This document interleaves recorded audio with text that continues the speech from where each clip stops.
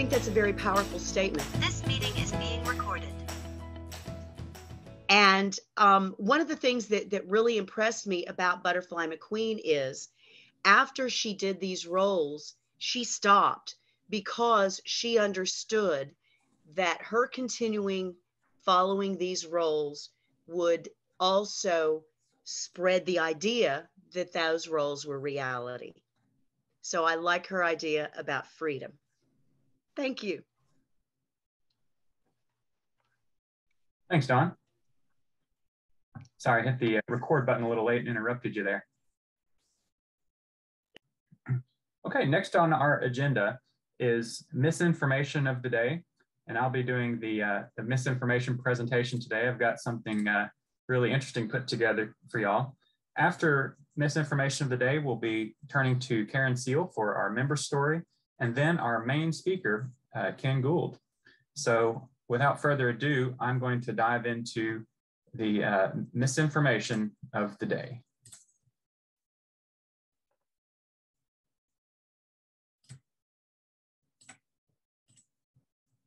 So can everyone see my screen okay?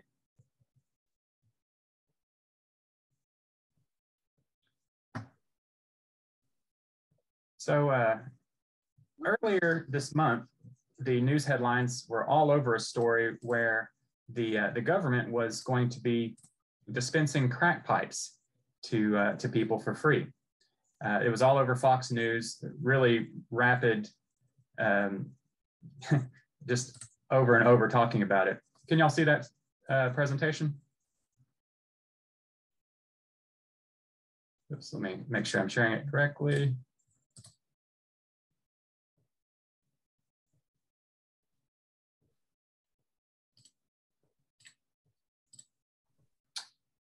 Yeah, so Tucker Carlson said, you know, Biden wants to close the crack gap. And there was, you know, here is, who is that guy? Hannity. It said that the government is issuing a $30 million grant to supply crack pipes to addicts, and Biden's HHS is going to distribute crack pipes for free to addicts. And then, of course, you know, this story just went absolutely viral in kind of the right-wing media circles, talking about, you know, how Uncle Sam's going to hand out crack pipes. And there was a kind of a racial element to it as well. A racial equity push, supposedly, was to spend $30 million for smoking kits.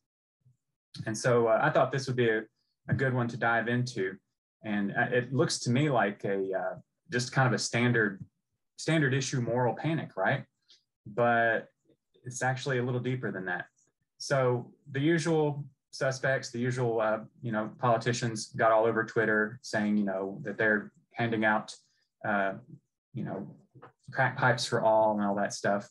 And, you know, this is the sort of news that you see these days. And so then, of course,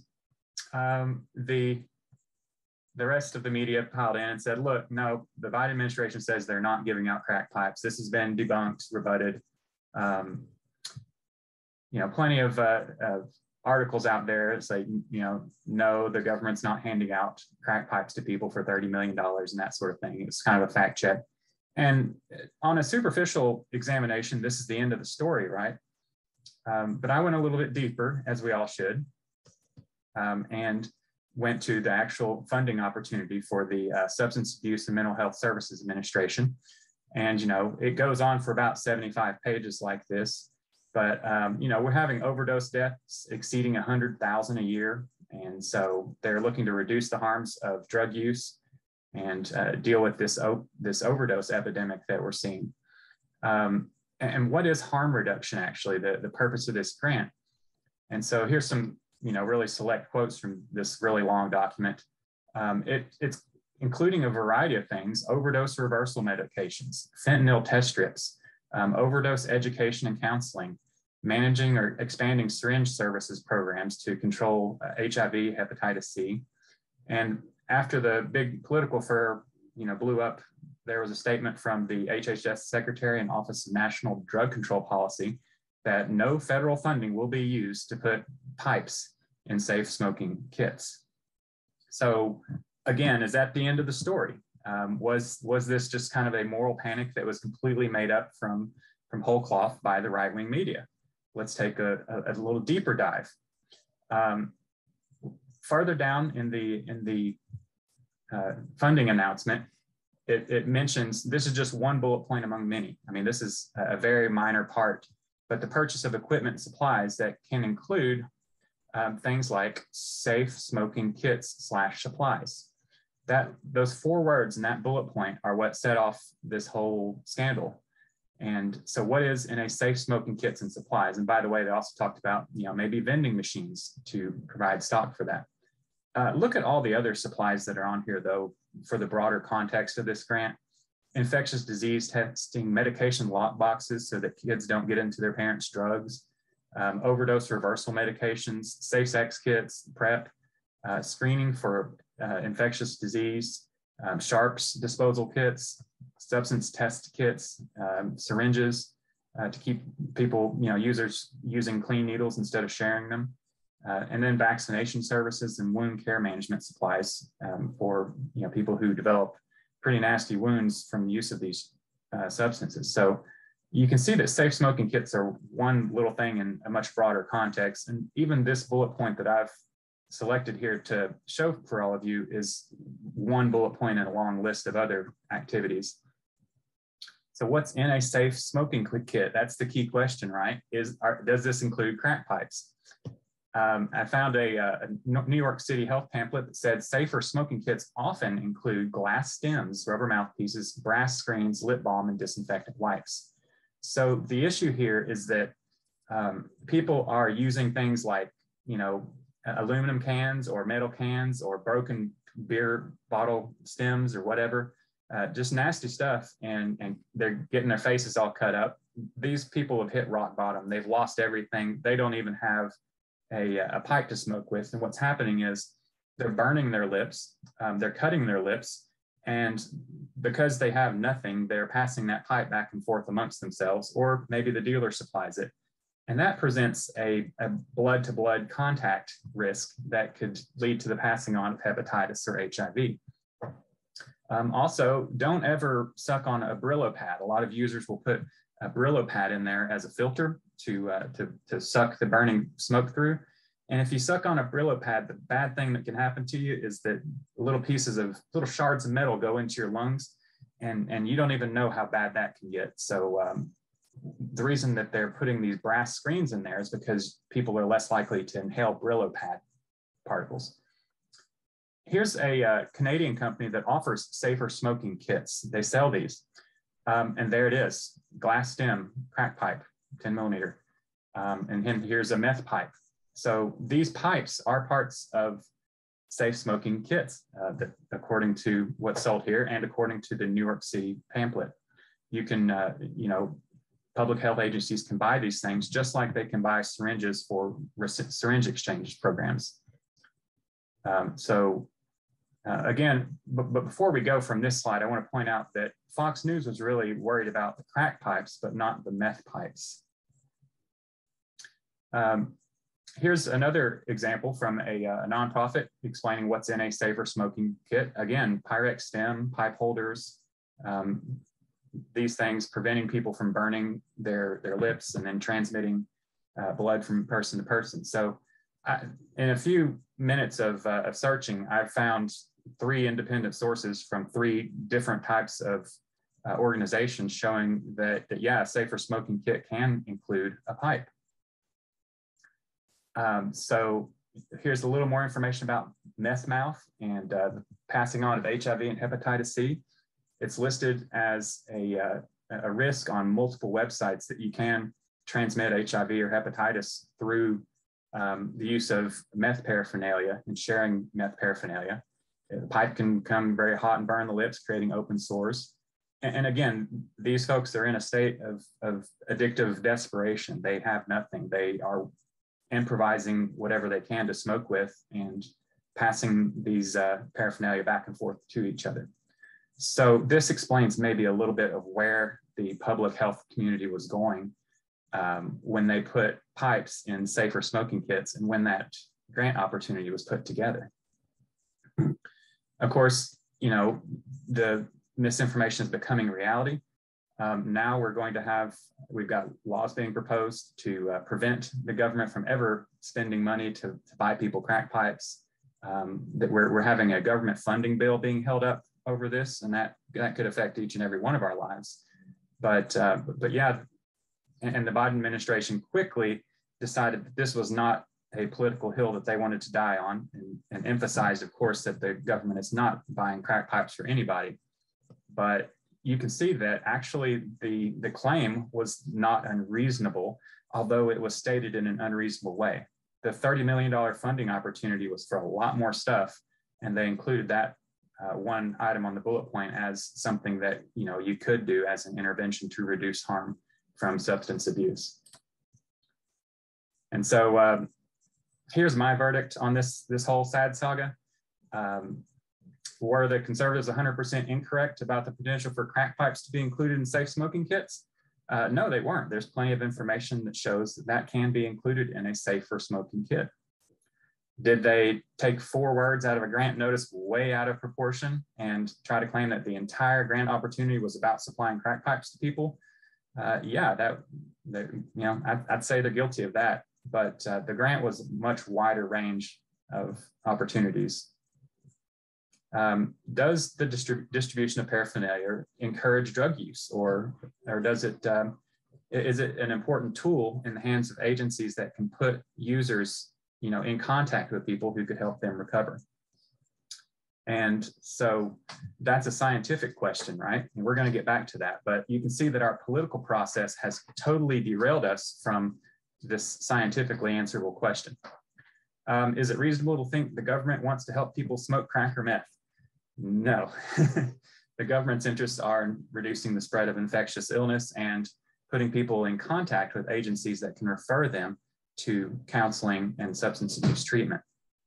And should the government fund detox and rehabilitation for drug users in addition to harm reduction like we're seeing here? Yeah, I think so. I think that's got a great return on investment when you consider the loss that we suffer when someone overdoses. Final thought real quick. This is kind of a long misinformation of the month, and I'm sorry, but I had to get into this. Nearly 30 years of research has shown that comprehensive syringe services programs, that is needle exchanges, are safe, effective, and cost-saving, do not increase illegal drug use or crime, and play an important role in reducing the transmission of viral hepatitis, HIV, and other infections. Research shows that new users of SSPs are 5 times more likely to enter drug treatment and 3 times more likely to stop using drugs than those who don't use the program.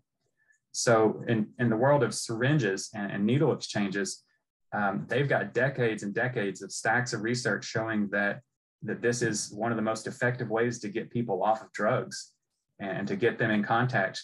Because when you're talking about addicts, you've got just one thing that you could possibly offer them that they might be interested in to engage with you and to build that relationship. And that is this paraphernalia that could also prevent them from coming into contact with other people's blood. So by doing these things, they are preventing disease, but also helping people get into contact with the folks that could lead to that decision to seek treatment and recovery. Overall, this is really a sad saga because everybody lost. The right-wing media totally blew this out of proportion and didn't do the research. The supposed fact checkers and other media didn't dig just a little bit deeper and find out that, that this was not a completely implausible thing. They just kind of said it was debunked and left it at that. The politicians on the right use this thing as a political football, and probably the outcome is that we won't see any safe smoking kits being funded for the next 20 years, despite the benefits that it could have, that like we've seen with the syringe exchanges. The Overton window, so to speak, for talking about safe smoking kits we're just not there yet as a society. Just like 20 years ago, needle exchanges were highly controversial, but here on this grant, they needle exchanges we weren't even talking about, even though that was part of it. So yeah, who lost? Right-wing media lost, the rest of the media lost. right-wing politicians, not particularly being honest, left-wing politicians running away from the science. And I didn't know that my research would lead me in this direction, but my conclusion was that the people advocating the distribution of crack pipes were more credible than any of those sources. So, again, your mileage may vary, and thank you for spending this misinformation of the day with me. Next up, our speaker for today, our member story is going to be by Karen Seal. And it's just to kind of give a little story, a little biographical background to see, to get to know each other and to encourage others to kind of come forward and tell their stories.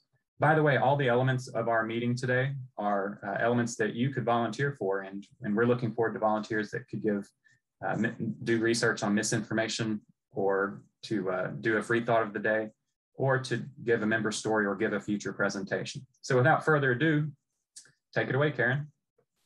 Thanks, Chris. Can you hear me okay? Perfect. Okay. Chris, that was excellent. That was outstanding. I'm glad I showed up for today. Thanks. Words have power. Words like adulteress and atheist. And that's my story today. My Catholic upbringing taught me to go through the motions, whether I believed or not, just to do as I was told. By nature, I'm just not a deep thinker. I'm not a thinker, I'm a doer. As a kid, I didn't question out loud or rebel too much. Our home was not a safe one. I did my best not to disturb the force, not any more than my alcoholic, wife-beating womanizer father did anyway. I was a good little Catholic girl. I received all the sacraments. I climbed into that little dark closet every Saturday to confess my little girl sins. I dressed in my little white dress to receive communion and kissed the bishop's ring to get confirmed, the usual brainwashing. In my small town, I was even elected president of the Catholic Youth Organization. Not a big deal since there were only 5 members in the entire club, that's counting my sister and myself, and we voted, of course. Towards the end of my sophomore year in college, I redoubled my efforts to be a good Catholic and even started going to Mass every day for a while. I really think I was trying to scale back my excessive drinking, which had led me to become enamored by a near toothless truck driving college dropout who I decided to marry after dating for 2 weeks. I mean, I was 19, give me a break. I returned to my hometown to talk to my priest, fully expecting to get his blessing before I dropped out of college to get married, because after all, I was going to marry another Catholic. That's a good thing, right? Wrong. Turns out that since my betrothed was a divorced Catholic, a soon-to-be divorced Catholic, the priest informed me that should I go through with this wedding, the church would consider me an adulteress. What? I'm sure he was trying to keep me from dropping out of college, but telling me that I would be labeled an adulteress just pissed me off. I walked out of his office, I walked out of his church, and I never looked back. Fast forward a few years, skipping over that part where I was married for 1.5 years to a now twice divorced Catholic guy. I'm back in college, studying pre-med, trying to bring up my GPA, having destroyed it during my drinking and dropping out of school phase. I was working part-time, taking organic chemistry and differential equations. I was way over my head. No friends, no family support, clinically depressed. I started hanging out with the wrong crowd again. This time it was a bunch of evangelical Christians at the Baptist Student Union. I'm trying desperately to fit in. They were nice kids. They seemed happy and well-adjusted. They were what I wanted to be, but wasn't. They kept encouraging me to get saved, to accept Jesus as my Lord and Savior. I kept telling them that I really didn't believe, but they persisted. And they said I didn't have to believe. All I had to do was say the words out loud. Just ask him into your heart and he'll do the rest. I finally said, okay. And I chanted the magic words out loud, and nothing happened inside me. But by golly, I am nothing if not a good soldier. I joined the church choir, not the church, just the choir. I wasn't about to get dunked in that spooky little baby pool. I took a semester elective about the New Testament. I even went to an intensive 2-week propaganda workshop put on the campus by Campus Crusade for Christ. And this is where my Catholic upbringing came in handy. I was accustomed to going through the motions, even though I didn't believe. I kept waiting for him to change me. Then came my real redemption. I read an article, I think it was in Texas Monthly, about Madalyn Murray O'Hair. The thing that jumped out at me was that she was being maligned because she was an atheist. I did a double take at that, not about her being hated, but there was this word atheist, a person who lacks belief in the existence of God. And that described me. I wasn't alone after all. I had never met an atheist, but apparently they existed. Excuse me, I wasn't, sorry, cat. I wasn't the only one that didn't believe in a God. And that was a major turning point for me. I know there are softer, more socially acceptable words like free thinker and secular humanist to refer to me, but I'm okay with atheist. Just don't call me an adulteress. Yep. Thank you, Karen. Well done. All right. Now we have our feature speaker for today. Kenneth Gould is a emeritus professor of law at, oh gosh, I just lost it, at the UALR. UALR. Yes, thank you. And he's also our state representative with the Freedom from Religion Foundation. He's going to be speaking with us today about the Freedom from Religion Foundation and associated topics. And also, by the way, the Arkansas Society of Freethinkers in our board meeting earlier today approved a resolution to support the FFRF's efforts to set up a local chapter of people who can meet up locally. So that's exciting for that overlapping group of people who are also FFRF members. And with no further ado, I'll go ahead and pass it over to Ken, and you can take it away now, Ken.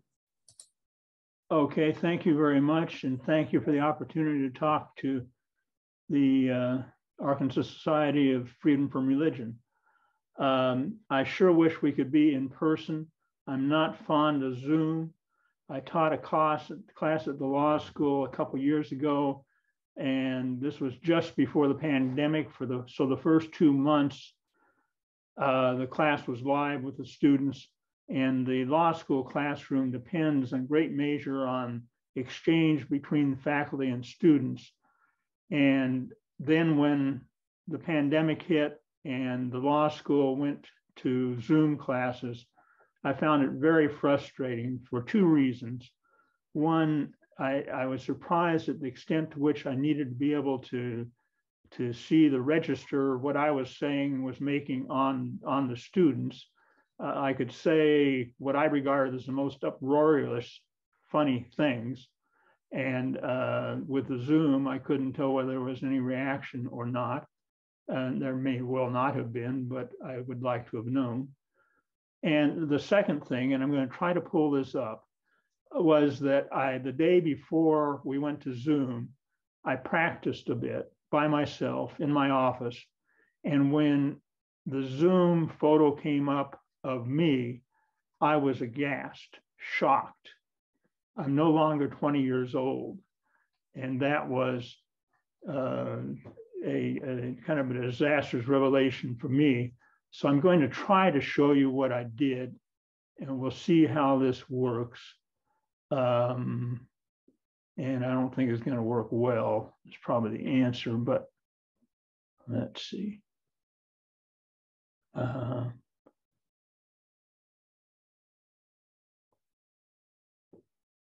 going to have to get closer to the screen to see here. I had.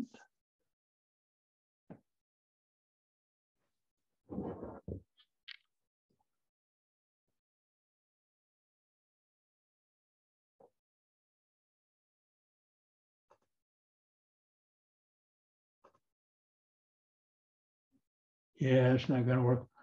What I did was to tell the students, let me get back to the Zoom presentation. Let me see what happens to be here on the share screen. And maybe it is.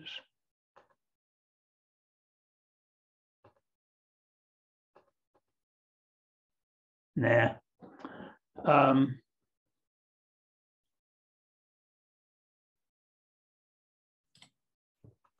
It's like now we're looking at a Word document. Yeah, I'm trying to get back to.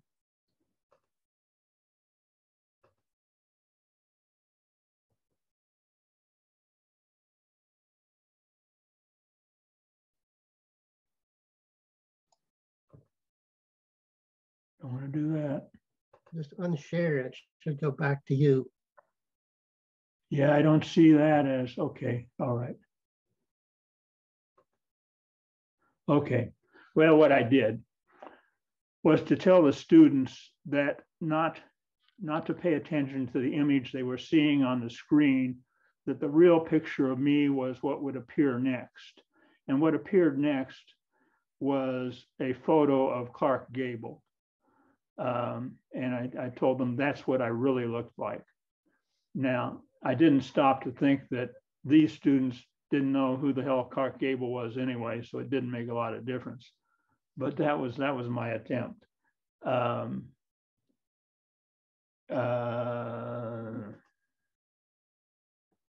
So I'm not real fond of Zoom for the reason I can't sense the audience reaction, and because I'm not real fond of looking at myself on Zoom.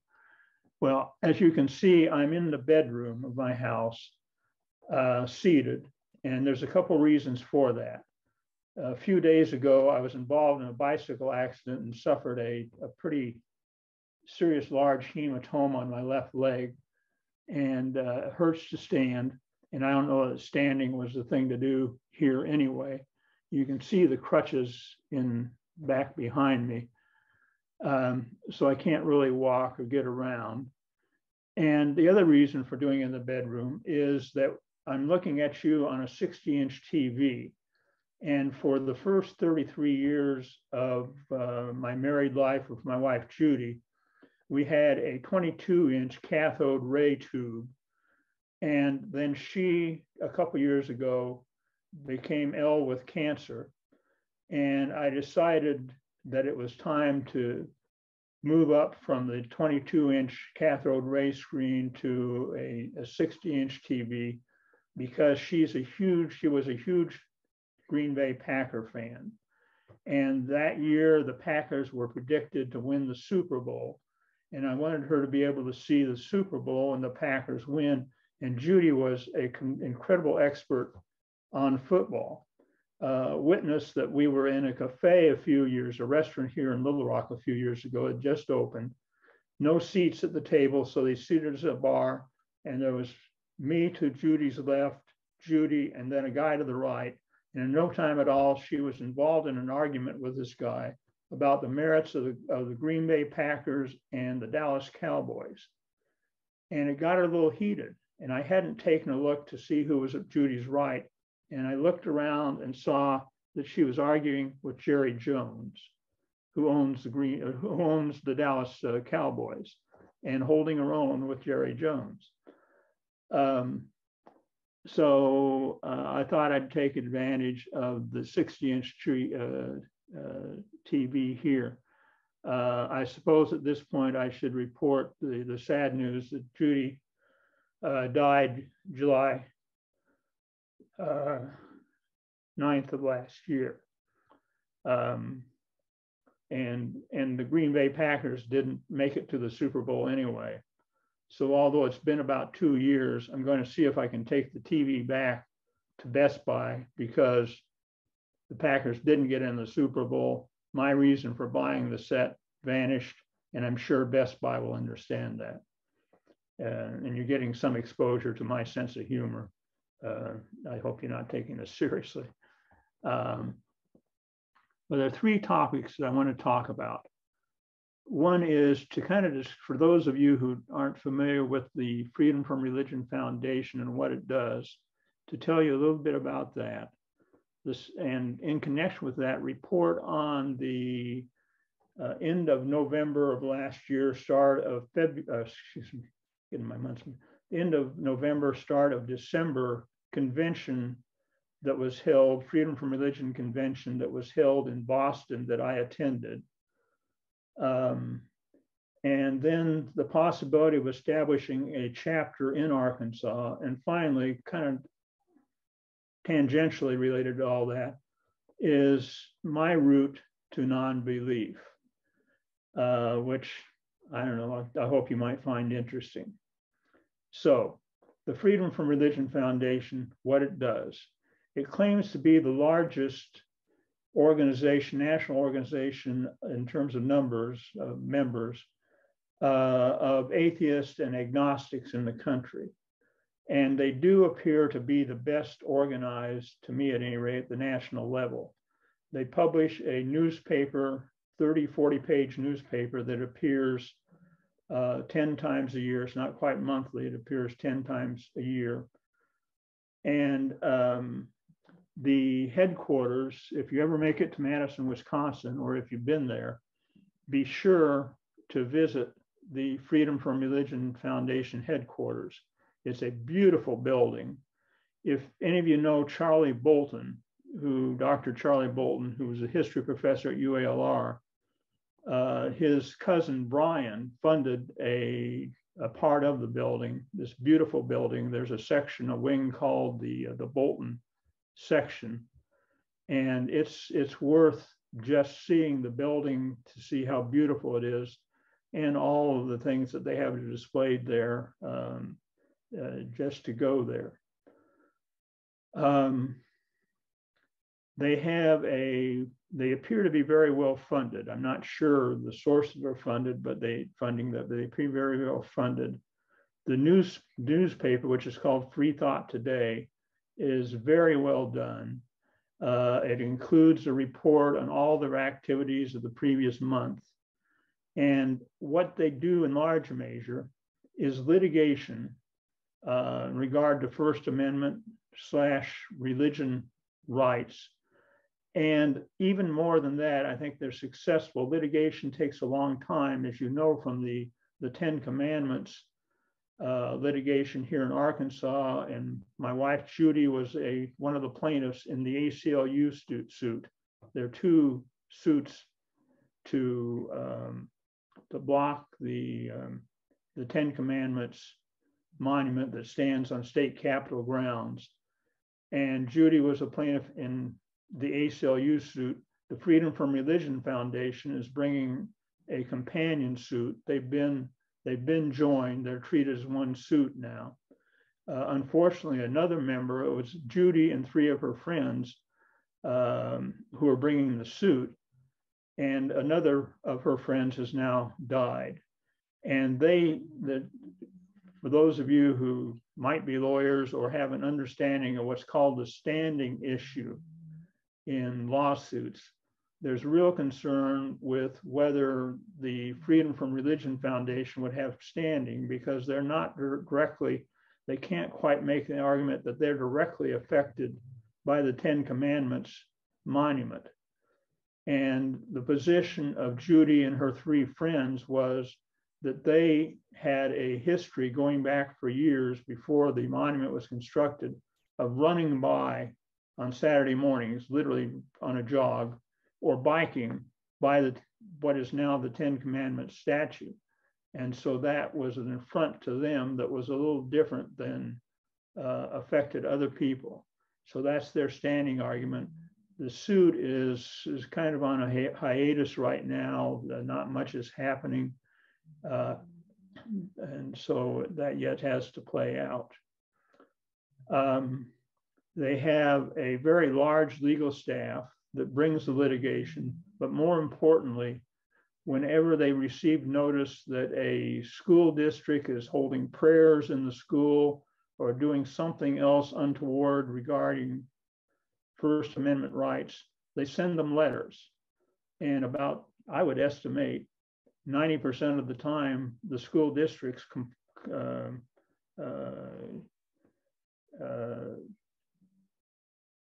quit doing what they're doing simply in response to the letters, because they know that if they don't quit, they're going to be looking at expensive litigation, and they recognize it's expensive litigation they're probably going to lose. So that's the most effective thing they do. And in their newsletter, there's their newspaper, their 30 to 40 page newspaper, they report on these events every week. And there's pages after pages of where they've been successful, sending letters to school boards, to cities. They're starting city meetings with prayers, that sort of thing. So they have a lot of success, and they document that success in the Free Thought Today newsletter. Judy was, and I am, a life member of the Freedom for Religion Foundation, and we get the newspaper. And I become something of a friend, or at least a correspondent, with Annie Laurie Gaylor, who's the president of the Freedom from Religion Foundation. It was founded in 1976 by Annie Laurie Gaylor and her mother, with themselves as the two members, nobody else. And they're now up to about 40,000 members. So this newspaper goes to about 40,000 people. And I was surprised, and I don't think I'm going to be able to show you this either, but I'll take a shot at it.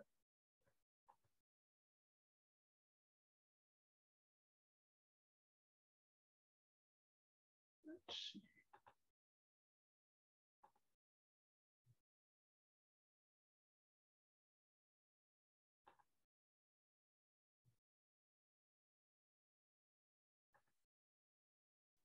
Yeah, when the November edition of the newspaper came, it comes in the mail, comes in a brown wrapper, and someone wrote into the letter of the editor saying, I long for the day when the Freedom from Religion Foundation won't have to live in such fear that they send the newsletter out, their newspaper out in a brown wrapper. And in the next edition, the Freedom from Religion people said, well, that's not the deal. The deal is the US mail requires that all mail, third-class mail, go in a brown wrapper. So that's the reason for it. It's not that we're afraid of retribution or something. So here, Annie Laurie Gaylor had sent me an email saying, can you give me some more information about Judy? She apparently learned of Judy's death, not from me, and wanted more information. And the easiest way for me to get her more information was to simply send her Judy's obituary, which I had written. So I did that, thinking that they just wanted it for their archives on their life members, and that would be the end of it. Well, then in the November edition of Free Thought Today, here's what appeared. That's Judy and me on our tandem recumbent in front of a hotel in Hue, Vietnam. Here we are in front of the sand dunes in Michigan. And although they didn't really ask me for permission to do this, they say by Ken Gould. It's by me only because it's my obituary. And I'm just going to read the sections that I've highlighted in green. One of the planet's brightest lights extinguished on July 9, 2021. Judy was known by all for her infectious laugh, and I'm assuming there's some of you who knew Judy. Infectious laugh, smile, and vibrant personality and character. The laugh and smile were a significant part of why my wife, Judy, reminded me of the advertising promotion for the 1965 Thunderbird, which was unique in all the world. And Judy was unique in all the world. And we traveled on this thing, this tandem recumbent, through Russia, Austria, Czech Republic, Hungary, Canada, the Baltic countries, Vietnam, Cambodia, Taiwan. And we did it on our own without filters. And that's important to me, to have done it without filters, which is to say, not as part of an organized tour with a tour guide, but with the enriching experiences that come from meeting the peoples of the countries through which we traveled directly on their own terms, which made it a much more meaningful experience. Hey, Ken, it's not sharing, actually. Oh, really? Well, at least I read it. What was in the November newsletter was a photo of Judy and me on our tandem recumbent in front of a hotel in Hue, Vietnam, where we had trained for this adventure by going to used to be the Saigon bar down in Cantrell, drinking Hue beer. We figured that would be our training for going to Vietnam. And when we got to Hue, we said, we'd like some Hue beer. And they said, what? There's no such thing as Hue beer. So it's apparently an American product. And I regret that I wasn't able to get that up, but it was a full-page article about Judy and our trips and about all that she's done for bicycle advocacy and other causes here in Little Rock. Let's see.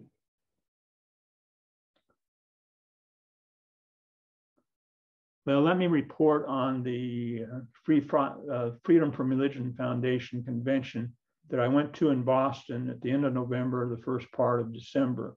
Proved to be the most interesting, rewarding convention I've been to in my entire life. And I've been to a lot of conventions as a law professor and doing other things, but this was the best. Get this list of speakers. Margaret Atwood, author of the best-selling Handmaid's Tale. Gloria Steinem, who I think probably goes without need of introduction, the famous person who promoted women's liberation. Megan Phillips Roper, name not be as recognizable, but she's the daughter of the people who founded the Westboro Baptist Church. And they're the people who would show up at funerals of servicemen, funerals of gay people, and protest loudly, disrupt the funerals.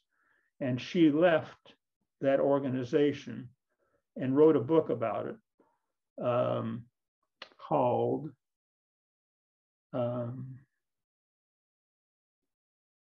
Unfollow, a memoir of living and leaving the Westboro Baptist Church. And she was a wonderful speaker. She suffered greatly for leaving. Her parents have not spoken to her since she left. She can have no communication with them.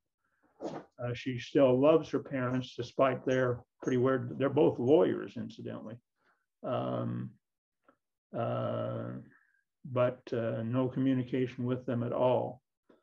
And she has written that book, which has become a bestseller, Unfollow, a memoir of loving and leaving the Westboro Baptist Church. Another speaker, Linda Greenhouse, who's a New York Times reporter, who's recently written a book, Death of Ruth Bader Ginsburg, The Rise of Amy Coney Barrett, and the 12th Months Transformation of the Supreme Court. Another speaker, Steven Pinker, a Harvard psychologist who's written extensively on rationality, most recently a book called Rationality.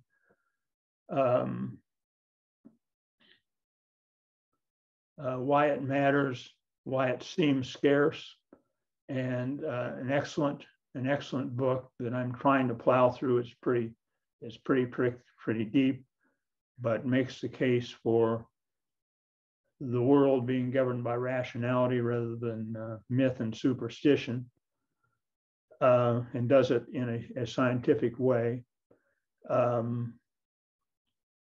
Dryan and Sasha Sagan, who are the wife or the daughter and wife of Carl Sagan, the famous, I think he was at Yale scientist / astronomer.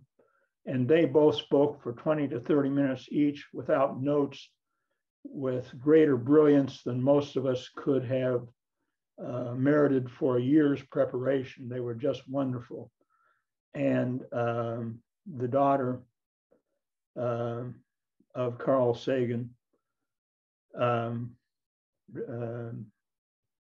Dryan, has written a book that's on the way apparently to becoming a bestseller, called For Small Creatures Such as We, Rituals for Finding Meaning in Our Unlikely World.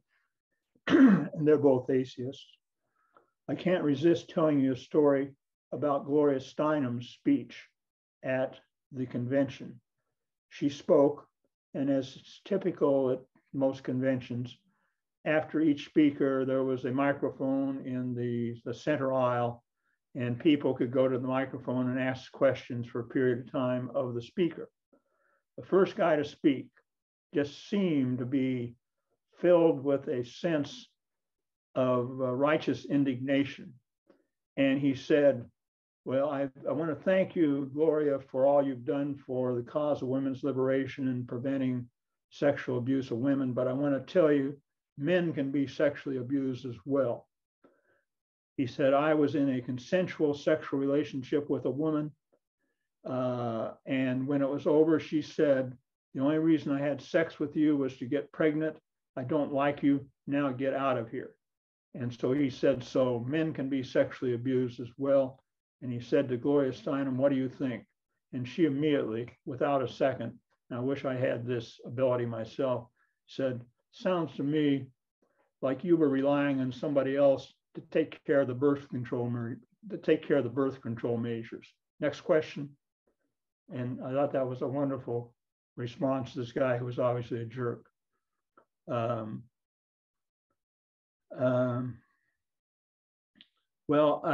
As was mentioned, I went to the convention as the Arkansas representative to the Freedom from Religion Foundation.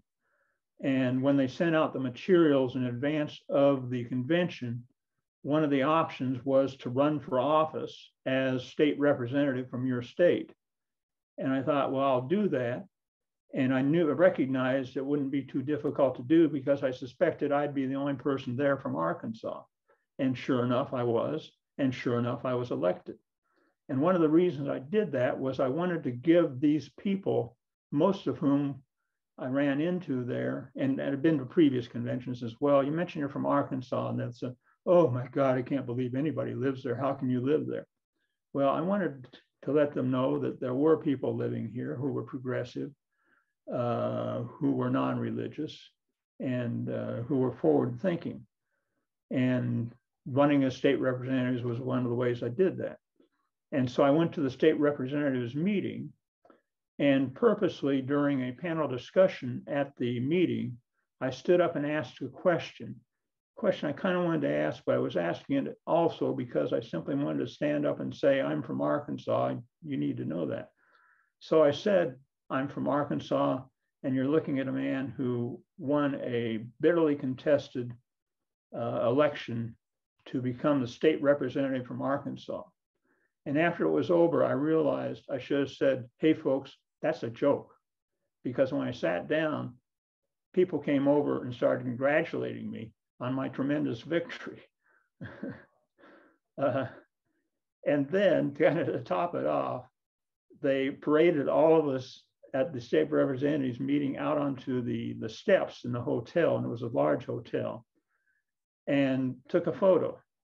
And I thought, well, this is great because I'll bet this photo is going to appear in the next edition of Free Thought Today, this newspaper that goes out to 40,000 people. So there'll be even more people who know there was someone from Arkansas there. So I get the next edition of the newspaper, and sure enough, the photo's there. I'm standing next to Annie Laurie Gaylor, the president, Annie Laurie Gaylor, and beneath her name, WIS for Wisconsin, Ken Gould, beneath my name, ARIZ, Arizona, which happens so frequently to those of us from Arkansas. It's either Arizona or Alaska. So that effort kind of went for naught.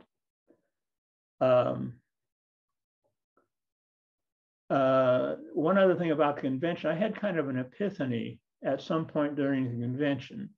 And I guess I had supposed I was a member of the Freedom from Religion Foundation because I was opposed to religion. And I realized at some point during the convention, after hearing all these speakers, it wasn't so much what I was against, it was what I was for. And what I was for was my belief. And my belief is in not believing.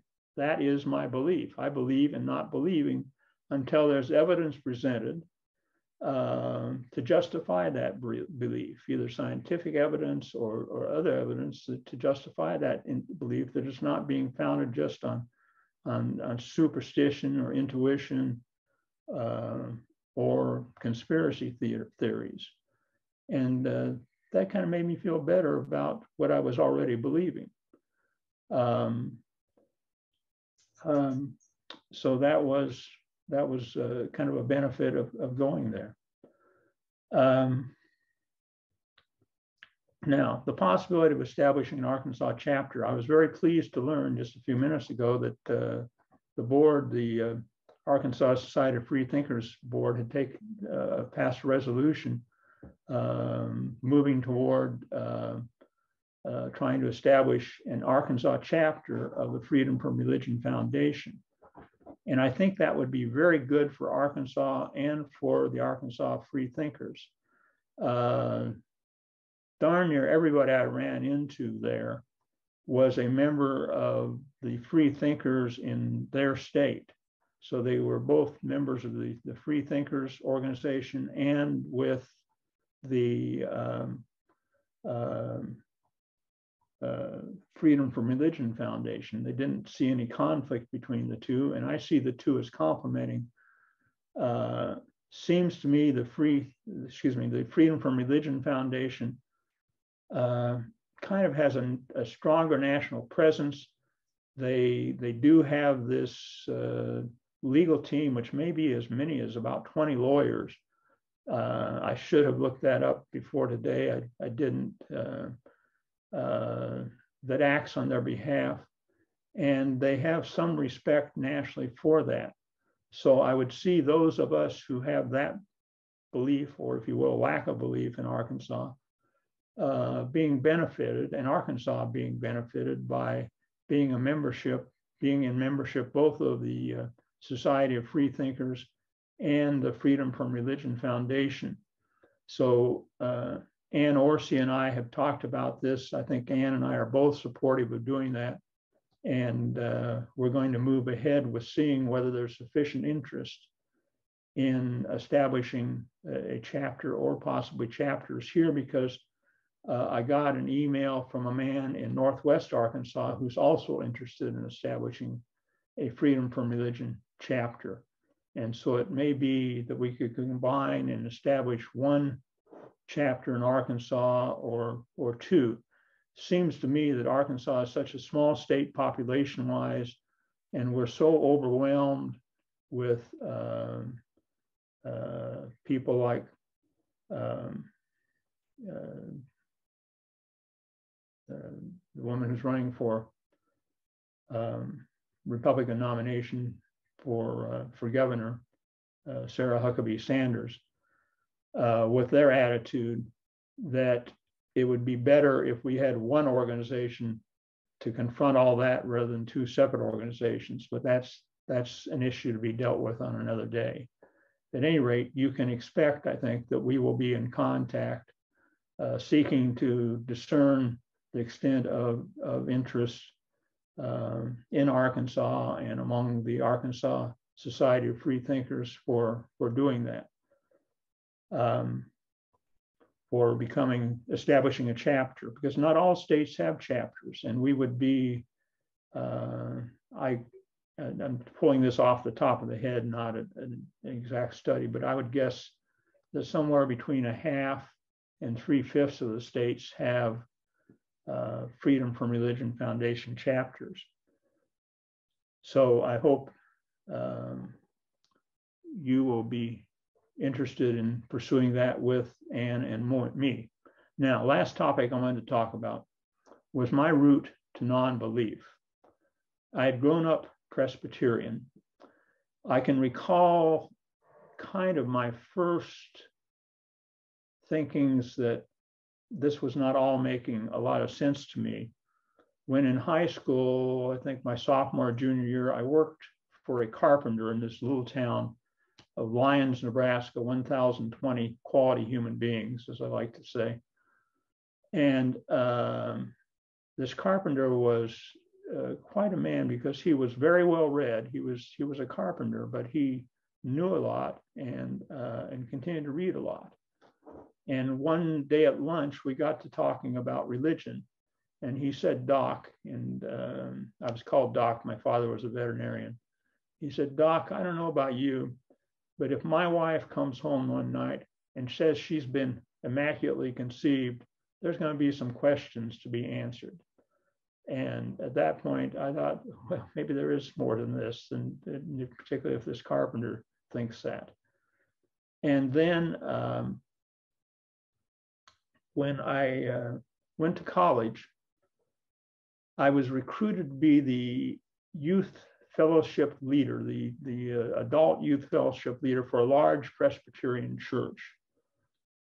And I had achieved some notoriety in Nebraska, believe it or not, for my athletic ability. You will notice my overwhelming, the overwhelming physical strength in my arms that does not exist. It was solely for my ability to run around in circles very fast. And at that time, track and field was a very popular sport. It's kind of fallen on hard times. And so I was recruited to be leader of that fellowship, that youth fellowship group in that church, in part because they thought there'd be some advantage to whatever notoriety I'd achieved, and it was positive notoriety, being associated with that group. And so one Sunday, I think, it may have been another day, it could have been a Saturday, probably not. The youth minister was a large enough church that there was a youth minister, came to dinner at my house. And during dinner, I said, you know, I'd like to talk with you sometime about this Immaculate Conception idea. I'm not sure that makes a whole lot of sense to me. It doesn't seem to me to be based on anything scientific. And he literally got up from the table, virtually ran from the room and said, oh yes, I'd like to talk with you at some time. Goodbye. And it was clear to me that he did not want to talk about that because he had the same doubts himself. And shortly after that, I wound my way into the Unitarian Church of Omaha. And the processional they were playing was from Jesus Christ Superstar, where Christ is saying, casting doubt on what he's doing, asking for this cup to be taken away from me because I no longer trust it. And I thought, wow, I've found a home. And I became a member of the Unitarian Church there. When I moved here in 1973, I became a member of the Unitarian Church and have been ever since, although what would probably just be described as a fallen member. I've continued to contribute I've darkened the doorway once or twice a year, probably. So that's essentially my story, what I had to say. I probably skipped over or missed a thing or two, or maybe I said a thing or two I shouldn't have, but that's it. So thank you very much for your attention. Thank you, Ken. We've got a few minutes for questions, and so that we don't have everybody shout at once into Zoom, can we use the chat to organize our questions and drop them in there? And I'll help keep the Zoom thing organized by, I'll read your questions as you put them in, if that's okay. I see 7 there right now. I'm clicking on that. Well, I'll stop with the first one. This is funny. That's good enough for me. Goodbye. While everybody else is typing, I've got one. So yeah, FFRF has been really active in the courts and courtrooms and using the judicial branch of government to uphold the Bill of Rights. And I was wondering, now that the judicial branch is so much different than it was just a few years ago, so much more hostile to the concept of church-state separation, is FFRF going into a direction of really local grassroots organization and creating local chapters as a strategic direction?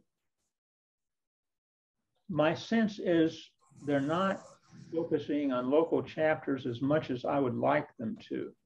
They have, and Annie Laurie Gaylor and another woman from Freedom from Religion Foundation sent me some guidelines. I think I shared those with Ann Orsi, and they're kind of strict, and I think they need to loosen them up.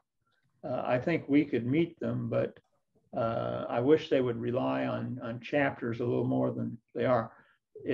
It is an organization that, as I said, Annie Laurie Gaylor and her mother, who's now deceased, founded. And now Annie Laurie Gaylor and her husband, Dan Barker, who's a former evangelical Christian minister who saw the light, run the organization pretty restrictively. And I think it's been to the benefit of the organization because they really helped develop its national presence.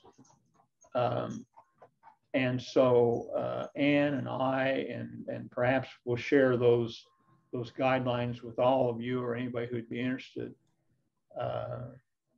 in seeing how we can go about complying with those guidelines. I'm not sure that answered the question.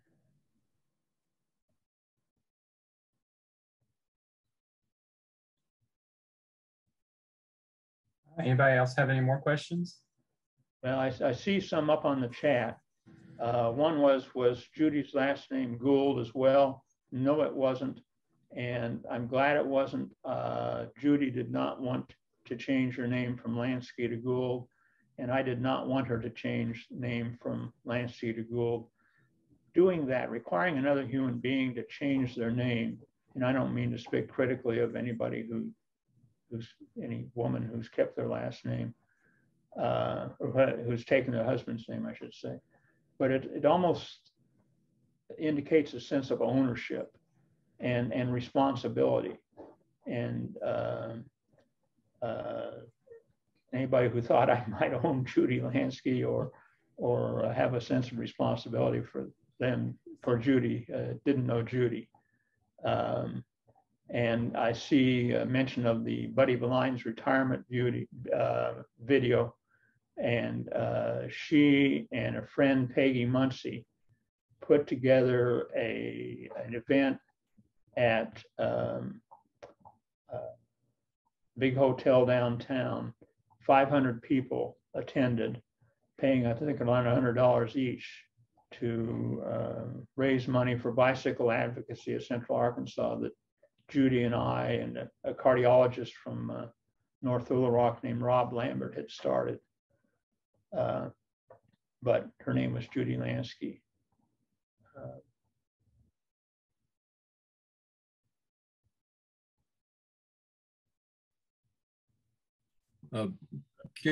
Kenneth, this is Jim Lindsley. I wanted to know if that was the same Judy that you were speaking of, because she was very active in bicycle advocacy. And if I'd known her, I mean, if I'd known her outlook on freedom from religion and that kind of thing, I think it would have opened some more doors for her and for me both, actually. And one thing I was wondering is, we are not, we don't come up with a thing that says Baptist or atheist or whatever. And it would be really advantageous in some way that we could let people know that we are atheist or we're agnostic, or, you know, we don't believe the BS of all this other stuff going on. If we could just have some way that we could get to know other people that are have similar ilk, I guess you would say. Yeah, one of the not insignificant reasons I wanted to go to that convention, and it involved some expense that I had to pay for out of my pocket, was because the previous convention I'd gone to in Madison, Wisconsin, it was just so sad. There are about 600 people who show up at the convention and sit in the ballroom. And it's so wonderful to sit there with 600 people, or I guess you want to be technical, but I'm really relying on 599 other people who think the same way you do, or at least approximately the same way you do. Whereas in our community, if we were to stand up and say, I'm an atheist or an agnostic or a non-believer or whatever, we'd probably start to have dodging stones. But there, everyone was of the same belief. And so that it was worth it just to sit in that room with those people. And Judy and I and Rob Lambert did start bicycle advocacy for Central Arkansas. I did it by taking some flyers around the bicycle shops that simply said there's going to be a meeting at a certain day. And I started speculating, what's the embarrassment level? And I finally decided if fewer than 15 people show up at this meeting, it's an embarrassment. Over 15 people, it would be okay. Well, about 120 people showed up. So it turned out to be a success. I put this in the chat, but I don't know if it got, I tried to. What's your take on religious exemptions, I guess, generally, and regarding vaccines in particular? I've been shocked from the onset of all these people requesting exemptions and complaining about the vaccinations. For goodness sakes, going back to 1954, whenever it was the Salk vaccine was invented, and before that for whooping cough and all the other childhood diseases, we've been taking vaccinations for years and years and years with nobody complaining. And as I was growing up, I think my first grade class had 29 students in it. 2 of them died of polio. And as soon as the vaccines came in, people took them. I don't recall anybody objecting. And so I don't understand it. And historically, the United States Supreme Court has almost taken a position that protecting public health is one of state and federal government's foremost duties, and hardly anything can take precedence over that duty. So I really don't understand it, other than that so many things seem to be slipping the wrong way.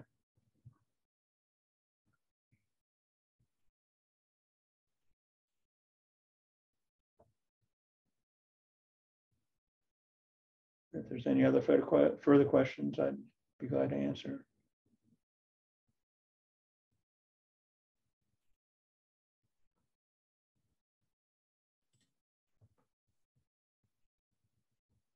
Last call for questions.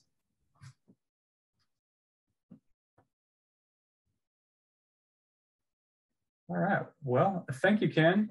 And we appreciate you dropping in today, driving all this way, and going as far as you went to attend our meeting. They won't always be this convenient. We hope to start meeting in person as soon as it's safe to do so, as soon as the facility we use at the UU can open up. And I think that we're steadily moving in that direction.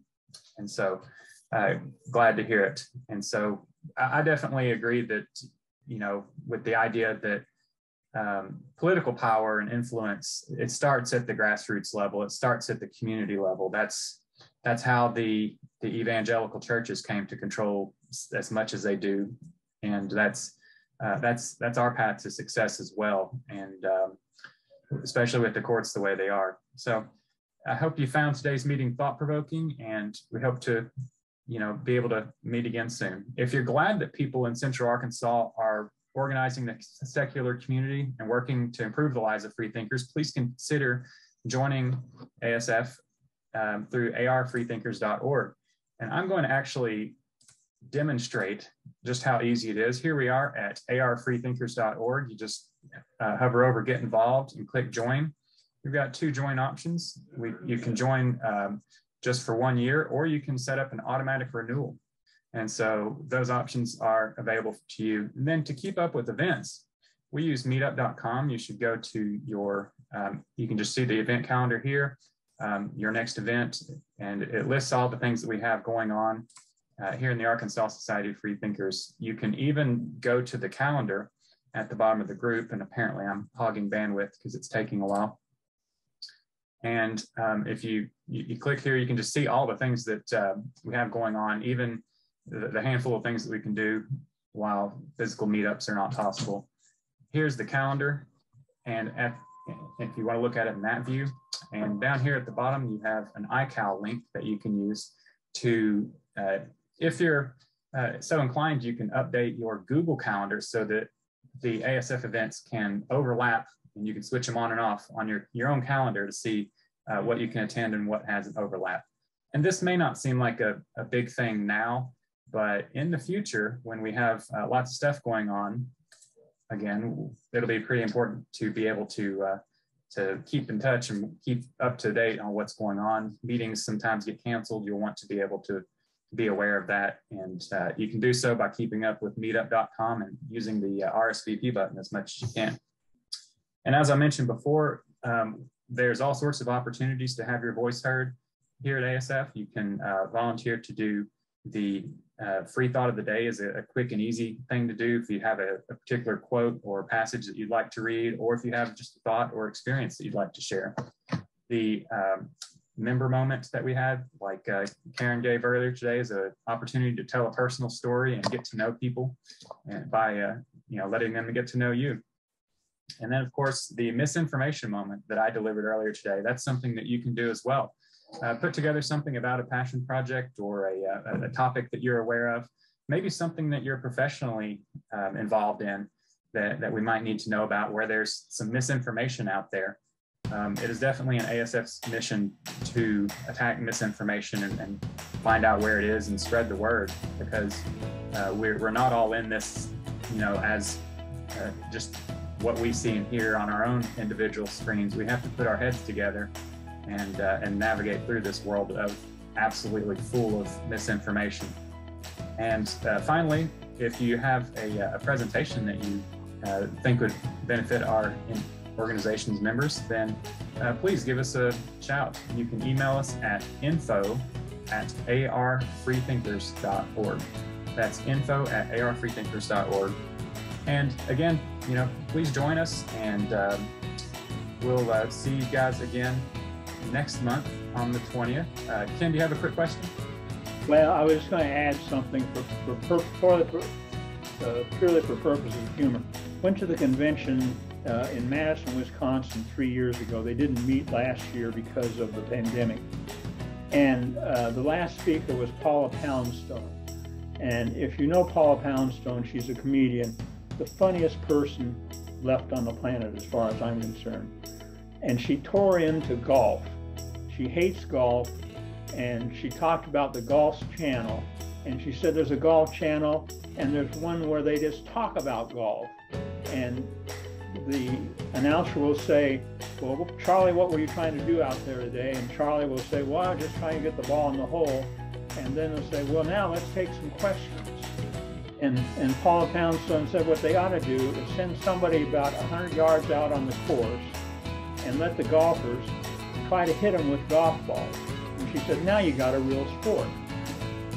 So that was pretty funny. I regret missing that. Could have gone to Boston. Well, I believe we're ready to adjourn. If no one has anything else, I appreciate you all, and we'll see y'all again on the third Sunday in March. And again, keep up with events and where it's going to be. I doubt that we'll be able to do it in person by then, but there's an off chance. So monitor meetup.com to find out more. Thanks, everybody. We'll go ahead and adjourn.